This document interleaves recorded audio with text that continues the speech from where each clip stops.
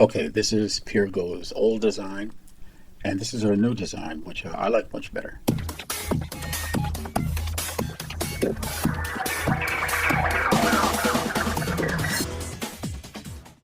Hi, I'm Mark, and this is Subliteral Network. I make art and comics, and thank you for watching.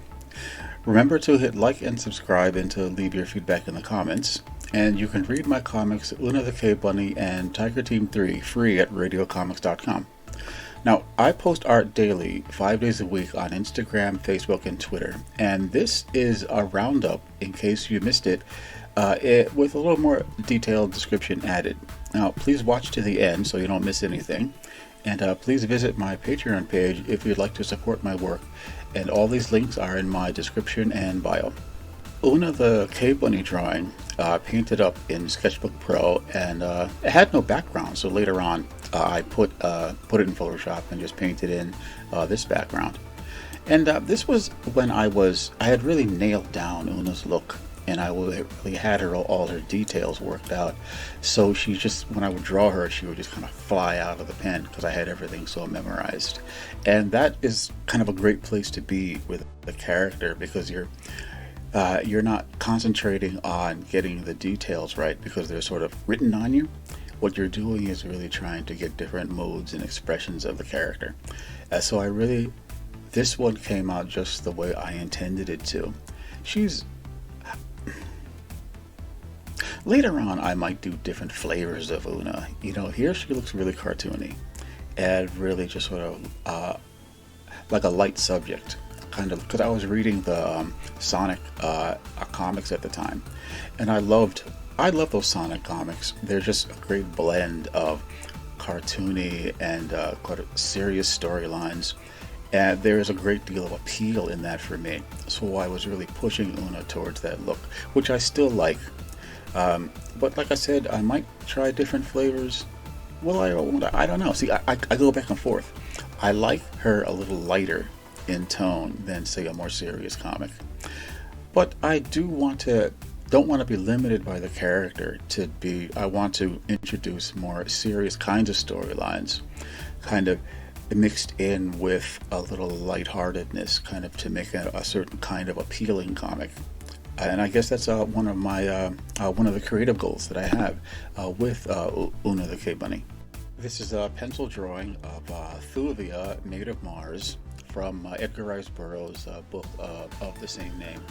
And I can only really show this much because nobody on Mars wears anything except capes and jewelry, which is ridiculous, but it does work in the story. And the books really are some of the best books I ever read.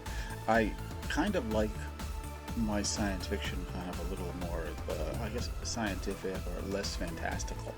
But the books are just full of great imagery, and the stories really are great adventures. So looking at the drawing again, I guess it's kind of halfway sketch, halfway finished piece of work, because I was really working out a lot of especially where you see the hair flowing around. I wanted to get some design going there, and I was trying to more or less design jewelry. I can't recall. If I find it, I'll post it, but I can't recall if I ever finished this drawing in an inked version. But I do like the way the pencil part of it came out, and I like it as it is. Arna never had a name when I started sketching her. I just sketched like this barbarian woman. And I liked the way she looked, and I liked her costume and stuff, so I just kind of did these drawings of her. So she sort of developed, and she got a name, and she got a sort of a little backstory and a personality. I've done a few little tiny comics of her, but not too much.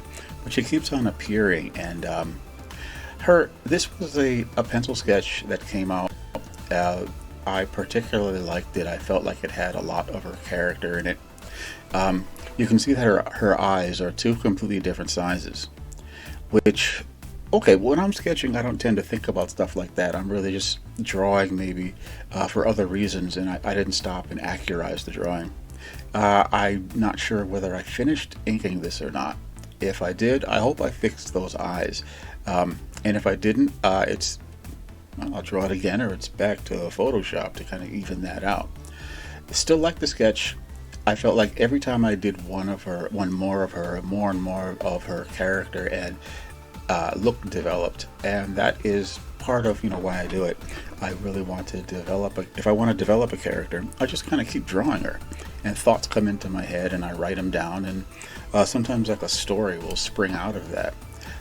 So that is one reason to kind of keep on drawing and thinking at the same time. I have this drawing of a girl in a tennis skirt that I keep meaning to fix. So I did actually finally fix it, but I posted this beforehand. I just cut out the parts that were kind of okay looking, threw a little Photoshop color on it just to spice it up a little bit, and posted that. Okay, this is how the original drawing came out, and I always hated the way I drew those boobs. They're just ridiculous looking.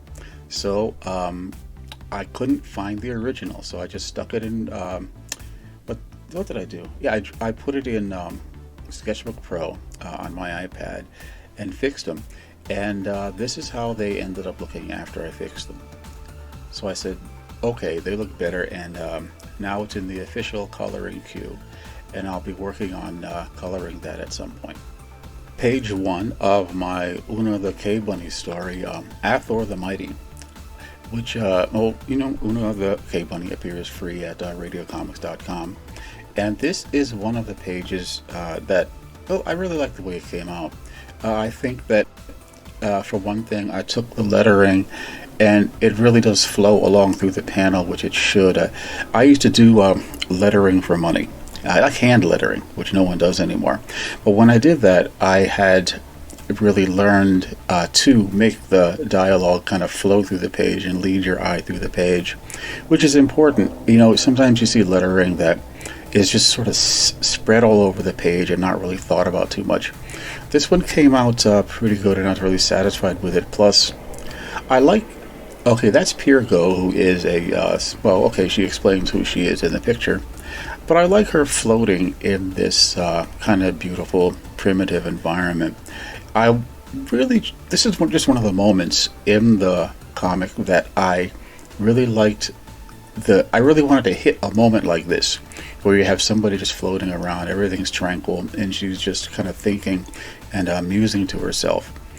This stuff is kind of important to have transition moments like this in comics, where it's not all just action, it's not all just setup, but sometimes the characters there are pauses in the action, and sometimes a splash page is really good for that.